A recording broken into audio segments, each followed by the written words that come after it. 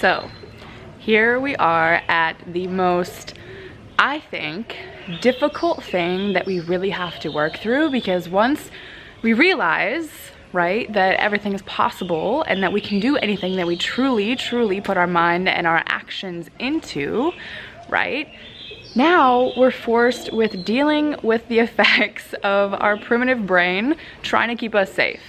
It gives us all of these reasons and all of these true things and all of these negative beliefs that we don't have what it takes, right? And what this is self-sabotage, right? We do it in so many different little ways, and I'm sure a lot of the ways that we're self-sabotaging the things that we want now, even the smallest of things, like maybe going vegan or maybe working out 30 minutes a day or maybe committing to waking up early, right? We're self-sabotaging in all of these little patterns and all of these little habits and all these little thoughts that we don't really recognize as self-sabotage, yet it's sabotaging what we want to do. So again, now we're at a point where we have the awareness, right? We have to keep reminding ourselves of the awareness and of the power that we have when we control and we tune in to the fact that our thoughts are controlling everything else, and our emotions and our reality. And now we have the choice to deal with this shit, to really deal with it and understand how we personally self-sabotage, because it's different for everybody.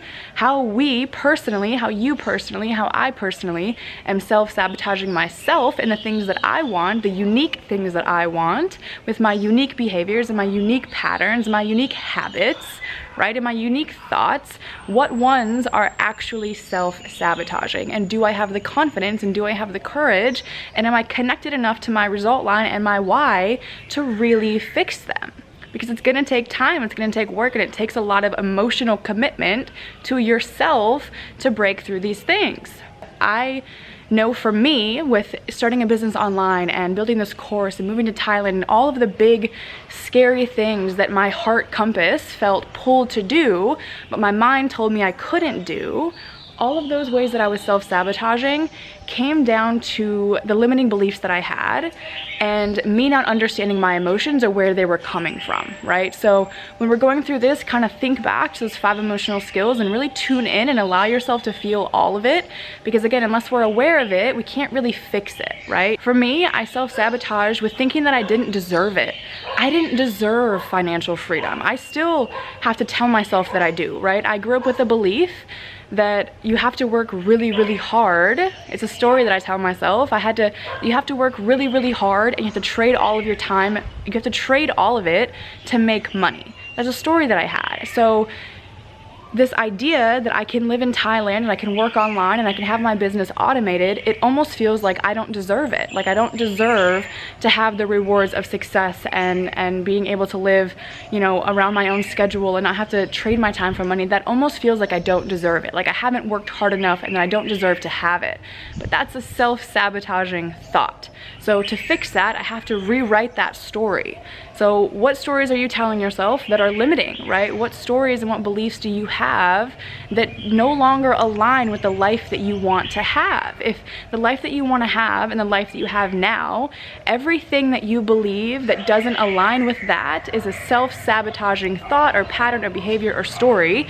It's up to you to find them, whatever unique thing that is for you, and then find a way to switch them. Find a way to create a new emotion on purpose so we can start feeling differently, right? Another way that I self-sabotage is I would get really angry at myself if I had this idea and I had this intention to do something. Like today I'm gonna wake up and I'm gonna record 5 videos, right? I'm gonna record 5 videos.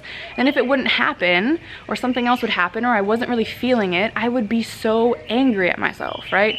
That's self-sabotaging, because then I'm in a bad mood. I'm in a super bad mood, and then the next day I feel overwhelmed because I feel like I didn't do enough, I didn't do this, right? Or maybe you feel fear and you feel angry that like you have so much, the gap between where you are and where you want to be is so big, and that makes you angry, right? Fear is another way for our brain to tell us not to do something. It creates this emotion of fear because it's unknown. Our brain doesn't really know how exactly it's going to get there. So if fear isn't doing it, if fear isn't making you back off, your mind can sometimes literally just make you kind of angry.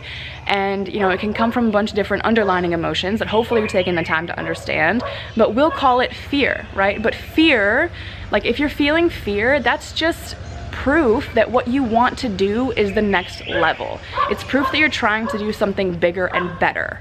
Maybe you self-sabotage by numbing, and you get off of work, maybe you're trying to build a business, or you want to do these things, all these other things, right? But you get off of work and you're tired, you know you want to do that thing, but instead you numb yourself and you turn on Netflix, or you numb yourself and you go drinking, or you numb yourself and you scroll through social media for 5 hours and you don't get that thing done, right? So you probably had a fear of, say it's going to the gym, you had a fear of going to the gym, maybe you think people are going to be looking at you or whatever, so you self-sabotage with fear, which you then piled on top of that and self-sabotage by numbing yourself, right?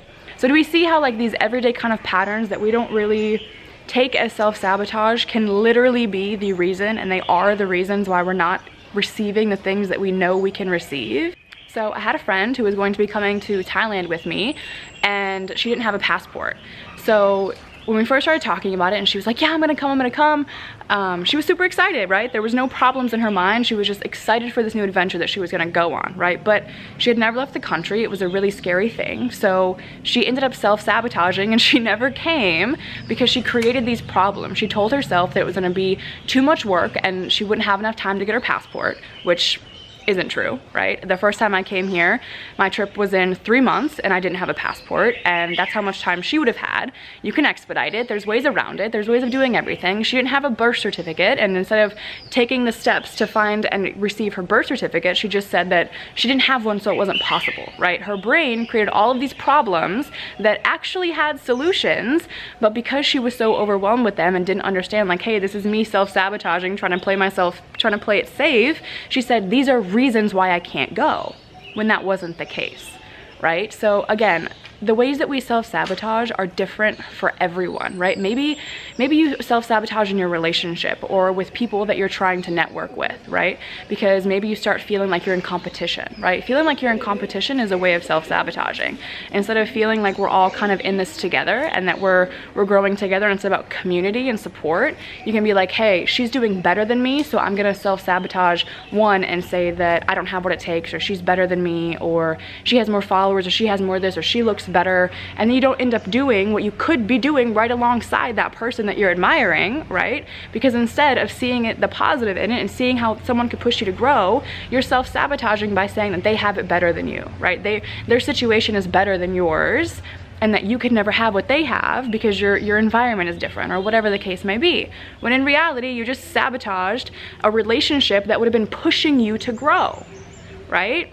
Maybe you self-sabotage in your relationship. Maybe your partner wants to get closer to you, and you could have this beautiful, thriving, nourished, blossoming relationship, but you have insecurities about certain things, so you're pushing them away. You're self-sabotaging that thing, right? And it comes back to really understanding and being aware that everything in our life we co-created in some way, whether it's negative or it's positive, we created that. So if there's something negative that's happening or a negative roadblock in your way, we really need to take the time to tune back in, right? Work on those 5 emotional skills, keep the awareness, turn the light switch on, and ask ourselves, what beliefs are making me feel like it's not possible? What patterns am I doing that do not align with the thing that I want, or the goal that I want, or the person that I'm trying to grow into, right? What patterns? Imagine your vision, right? Imagine your best self living in that vision. Does that person, when something negative happens, do they just self-sabotage and watch Netflix all day? Or do they have healthy alternative ways of dealing with that? Do they have a positive outlet? Do they have people in their corner? Like, we have to connect and feel what it would be like to have the life and be the person that we want to be. And then what are we doing right now that doesn't match that? What are we doing right now? What patterns and what behaviors and what ways of being, morning no longer match, and don't match what it is that we want to have.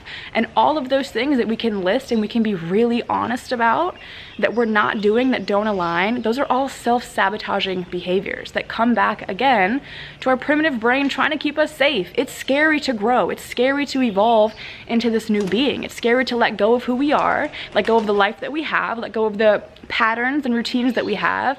And it's scary to trust fall into something new. But if you really want your result line, if you really want to have, and you're connected deep enough to your why, if it's really that important to you, we have to be aware of the ways that we're messing that up for ourselves, right? So down below I've listed some really common ways, some things that I know, some things that I've read about, and I've listened to millions of podcasts about the ways that we self-sabotage, and really take the time to figure out what that is for you. What does self-sabotaging look like for you?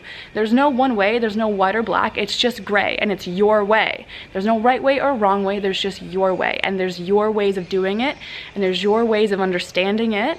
And this whole process again is about really tuning in and finding what that is for you, because unless you can really connect and understand yourself and be aware of your actions and your thoughts, you're never going to be able to shift them into what you want. So read through these things and take some time to write out all the ways that you're self-sabotaging in your life. And remember, nothing is too small, but it starts with recognizing all of them, and then we can shift them. So let's do it.